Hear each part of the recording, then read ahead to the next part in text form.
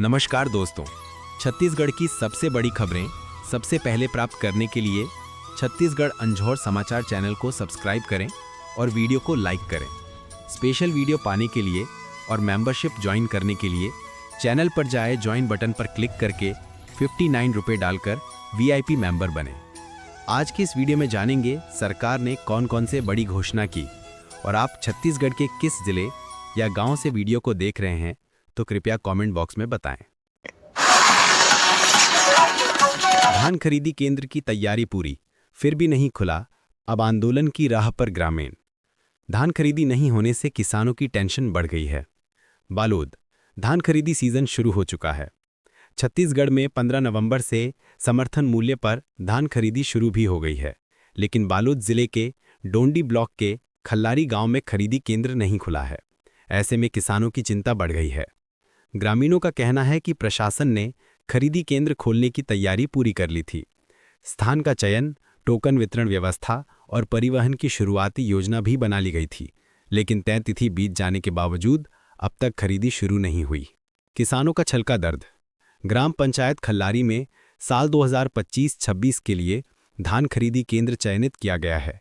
इसके बावजूद धान खरीदी कार्य शुरू न होने से किसानों में भारी नाराजगी है। कई बार SDM और तहसीलदार स्तर तक अधिकारियों से निवेदन किया, लेकिन कोई ठोस कदम नहीं उठाया गया। गांव के किसान धान उत्पादन पर निर्भर हैं। मौसमी फसल तैयार हो चुकी है, लेकिन खरीदी प्रारंभ न होने से खेतों और घरों में जगह की कमी हो गई है। खुले में रखे धान पर मौसम के असर का खतरा बढ़ गया है। किसानों को अपनी मेहनत का उचित मूल्य भी समय पर नहीं मिल पा रहा है, जिससे उन्हें आर्थिक नुकसान उठाना पड़ रहा है। कब होगी धान खरीदी? किसान रामेश्वर राम ने बताया कि शासन प्रशासन ने पिछले माह ही खरीदी केंद्र के चयन की जानकारी दी थी। यहां तक कि जगह का चिन्हांकन भी किया गया था और सोसाइटी को भी कार्य की जिम्मेदारी दी गई थी, लेकिन खरीदी शुरू होने के दिन केंद्र पर कोई व्यवस्था नहीं की गई। हम कई सालों से मांग कर रहे हैं कि हमारे गांव में ही खरीदी केंद्र संचालित हो ताकि किसानों को सुविधा मिले, लेकिन हर बार सिर्फ आश्वासन ही मिलता है। रामेश्वर राम, किसान। खरीदी केंद्र ना खुलने से 7 किलोमीटर दूर दूसरे केंद्र तक जाना पड़ता है। अधिकांश किसान छोटे हैं जिनके पास परिवहन की व्यवस्था नहीं होती। ऐसे में ट्रैक्टर या गाड़ियों के किराए पर अतिरिक्त खर्च उठाना पड़ रहा है।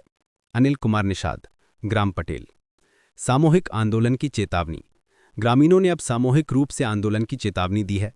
उनका कहना है कि यदि प्रशासन अगले कुछ दिनों में खरीदी केंद्र प्रारंभ नहीं करता है तो वे ग्राम पंचायत खल्लारी में धरना प्रदर्शन करेंगे और खरीदी कार्य ठप करने की रणनीति अपनाएंगे। ग्राम के सरपंच प्रतिनिधि ने बताया कि पंचायत स्तर पर शासन को ज्ञापन भेजा गया है। उन्होंने कहा कि किसानों के हक की इस लड़ाई में पंचायत भी उनके साथ है। यदि समय रहते प्रशासन समाधान नहीं करता है तो ग्राम खल्लारी के अलावा आसपास के अन्य गांव के किसान भी आंदोलन में शामिल होंगे। किसानों ने उठाए सवाल। ग्रामीणों का सवाल है कि जब प्रशासन ने तैयारी कर ली थी तो खरीदी केंद्र खोलने में इतनी देरी क्यों की जा रही है? किसानों ने यह भी आशंका जताई कि राजनीतिक या प्रशासनिक उदासीनता के कारण खरीदी कार्य जानबूझकर टाला जा रहा है। शासन को स्पष्ट रूप से यह बताना चाहिए कि खरीदी केंद्र कब शुरू होगा ताकि किसान अपने धान की सुरक्षा और बिक्री की योजना बना सकें। बलौदा बाजार में धान खरीदी के दावे फेल, सोसाइटी में हम्माल और सुविधाओं का टोटा। धान खरीदी के तीसरे दिन किसी भी किसान का टोकन तक नहीं काटा गया। बलौदा बाजार 15 नवंबर से पूरे छत्तीसगढ़ में एक साथ धान खरीदी की शुरुआत हो चुकी है। जिला प्रशासन की ओर से दावा किया गया था कि धान खरीदी की प्रक्रिया सुचारू रूप से चलेगी, लेकिन दावों की अब पोल खुलती नजर आ रही है। ETV भारत की टीम जब धान खरीदी का हाल जानने ग्राउंड जीरो पर पहुंची तो वहां का नज़ारा कुछ और कहानी बयां कर रहा था। धान खरीदी शुरू होने के बाद भी सोसाइटी में ना तो साफ सफाई हो पाई, ना हम्माल की व्यवस्था ही नजर आई। धान खरीदी के तीसरे दिन किसी भी किसान ने धान बेचने के लिए टोकन तक नहीं लिया। ऐसे में अब सवाल खड़े हो रहे हैं कि शुरुआत में ही इतनी अव्यवस्था है तो बाद में क्या होगा? पिछले साल 2024-25 में हुई धान खरीदी के पहले 2 दिनों के आंकड़े।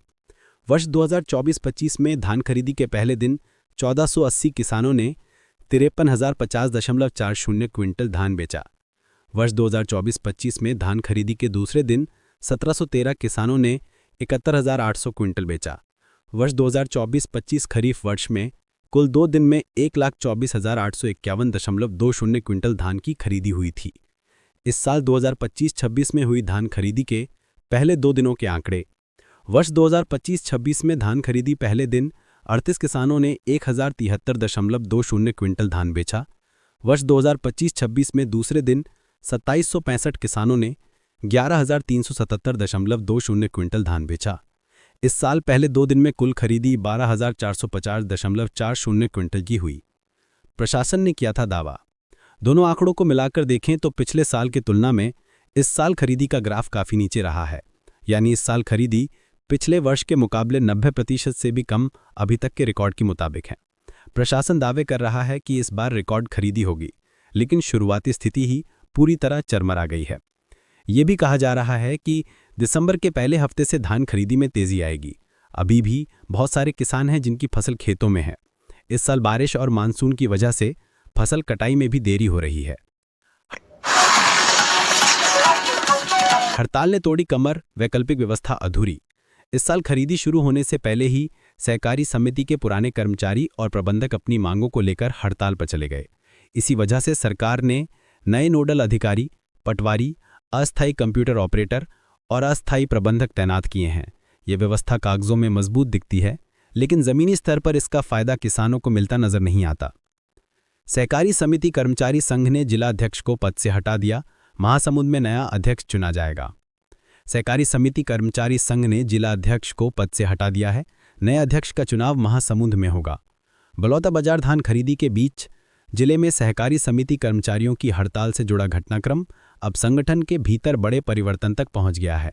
सोमवार रात सिटी कोतवाली में हुए विवाद और 2 पदाधिकारियों की गिरफ्तारी के बाद सहकारी समिति कर्मचारी संघ जिला बलौदा बाजार भाटापारा ने अपने जिलाध्यक्ष मनीराम कैवर्थ को पद से हटा दिया है।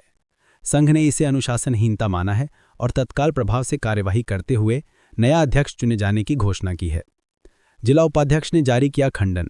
जिला उपाध्यक्ष रामकुमार साहू के मुताबिक मंगलवार सुबह जारी खंडन पत्र में संगठन ने साफ लिखा कि जिलाध्यक्ष मनीराम कैवर्थ ने अधिकारियों के दबाव में आकर कोरे कागज पर हस्ताक्षर किए, जिससे कोतवाली में बंद 2 पदाधिकारियों, कोषाध्यक्ष लक्ष्मीनारायण वर्मा और सहसचिव रोहित यादव को बाहर लाने का प्रयास किया गया। कर्मचारियों ने इसे संगठन की सामूहिक मंशा के खिलाफ माना और नाराजगी जताते हुए जिलाध्यक्ष को मानने से इनकार कर दिया। महासमुंद में चुना जाएगा नया अध्यक्ष। जारी पत्र में कहा गया है कि कर्मचारियों की सहमति के अनुसार मनीराम कैवर्थ को जिलाध्यक्ष पद से बर्खास्त किया जाता है। साथ ही यह भी स्पष्ट किया गया है कि हड़ताल प्रदेश संगठन के बैनर तले जारी रहेगी। समिति कर्मचारियों ने बताया कि नया जिलाध्यक्ष का चुनाव मंगलवार को संभाग स्तर पर महासमुंद में किया जाएगा। इसी क्रम में छत्तीसगढ़ सहकारी समिति कर्मचारी महासंघ रायपुर ने भी अपनी ओर से पत्र जारी कर मनीराम कैवर्थ को अनुशासनहीनता के आधार पर पद से हटाया है। महासंघ ने जिला उपाध्यक्ष रामकुमार साहू को जिलाध्यक्ष का प्रभार सौंपने की घोषणा की है। बलौदा बाजार जिला को जल संचयन में राष्ट्रीय सम्मान। कलेक्टर दीपक सोनी ने लिया जल संचय जनभागीदारी पुरस्कार। जल संरक्षण के क्षेत्र में बलौदा बाजार भाटापारा जिले ने बड़ी उपलब्धि दर्ज की है। बलौदा बाजार जिले को जल संचयन में उत्कृष्ट प्रदर्शन के लिए जल संचय जनभागीदारी यानी कि JSJB 1.0 से सम्मानित किया गया। यह सम्मान समारोह नई दिल्ली के विज्ञान भवन के प्लेनरी हॉल में हुआ। राष्ट्रपति द्रौपदी मुर्मू की मौजूदगी में केंद्रीय जल शक्ति मंत्री CR पाटिल ने यह सम्मान दिया। कलेक्टर ने पुरस्कार लिया। कलेक्टर दीपक सोनी ने केंद्रीय मंत्री के हाथों 1 करोड़ रुपए की पुरस्कार राशि का चेक और प्रशस्ति पत्र ग्रहण किया। इस दौरान केंद्रीय राज्य मंत्री V सोमन्ना और राजभूषण चौधरी भी मौजूद रहे। बालोद को जल संचयन में राष्ट्रीय सम्मान। इस उपलब्धि से बालोद जिले ने जल संरक्षण क्षेत्र में राष्ट्रीय स्तर पर अपनी पहचान स्थापित की है। बालोद नई दिल्ली स्थित विज्ञान भवन में 6ठा राष्ट्रीय जल पुरस्कार एवं जल संचय जन भागीदारी JSJB 1.0 अवार्ड समारोह हुआ। राष्ट्रपति द्रौपदी मुर्मू ने बालोद जिले को पूर्वी जोन का सर्वश्रेष्ठ प्रदर्शन करने वाला जिला घोषित किया। उत्कृष्ट कार्यों के लिए बालोद जिले को 2 करोड़ रुपए की प्रोत्साहन राशि दी गई। इस अवसर पर केंद्रीय जल संसाधन मंत्री CR पाटिल, राज्य मंत्री V सोमन्ना सहित वरिष्ठ अधिकारी और अतिथि मौजूद रहे।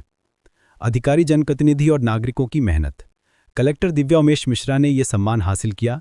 उन्होंने इसे पूरे जिले के जनप्रतिनिधियों, अधिकारियों और नागरिकों की सामूहिक मेहनत का परिणाम बताया। बालोद कलेक्टर ने कहा कि यह सफलता लोगों की सक्रिय भागीदारी और जल संरक्षण के प्रति जागरूकता का उत्कृष्ट उदाहरण है। इस अभियान के तहत जिले में अब तक 1,06,000 से नई जल संरचनाएं निर्मित की गई हैं, जबकि 30,000 से अधिक पुराने जल स्रोतों का पुनरुद्धार किया गया है। नारायणपुर में ग्रामीणों का कलेक्टेड मार्च। काना गांव और करमरी के लोगों ने की कलेक्टर से खास डिमांड। ग्राम पंचायत एटका के लोगों ने सीमा विवाद का समाधान करने की मांग की, तो करमरी गांव के लोगों ने बुनियादी सुविधाएं बढ़ाने को कहा। मंगलवार को ग्राम पंचायत एटका के आश्रित ग्राम काना के ग्रामीण कलेक्ट्रेट पहुंचे। ग्रामीणों की मांग है कि जिला प्रशासन उनके पड़ोसी खड़का गांव के चल रहे उनके सीमा विवाद को सुलझाए। कलेक्ट्रेट पहुंचे काना गांव के लोगों का आरोप है कि खड़का गांव के लोग हथियार और संख्या बल के दम पर उनको धमकाते हैं, उनकी जमीन पर कब्जा जमाने की कोशिश कर रहे हैं। दोनों गांवों के बीच सीमा क्षेत्र को लेकर लंबे वक्त से तनाव चला आ रहा है। कलेक्टर ने ग्रामीणों को भरोसा दिलाया है कि जो भी कानूनी प्रक्रिया है उसके तहत समस्या का समाधान निकाला जाएगा। जमीन और सीमा विवाद को लेकर कलेक्ट्रेट पहुंचे ग्रामीण। काना गांव के 30 से ज्यादा ग्रामीण उप सरपंच राजेश कुमार ठाकुर के साथ कलेक्टर दफ्तर पहुंचे। ग्रामीणों ने कलेक्टर को ज्ञापन देकर बताया कि उनके पुरखों की जमीन पर दूसरे गांव के लोग कब्जा जमाने की कोशिश कर रहे हैं।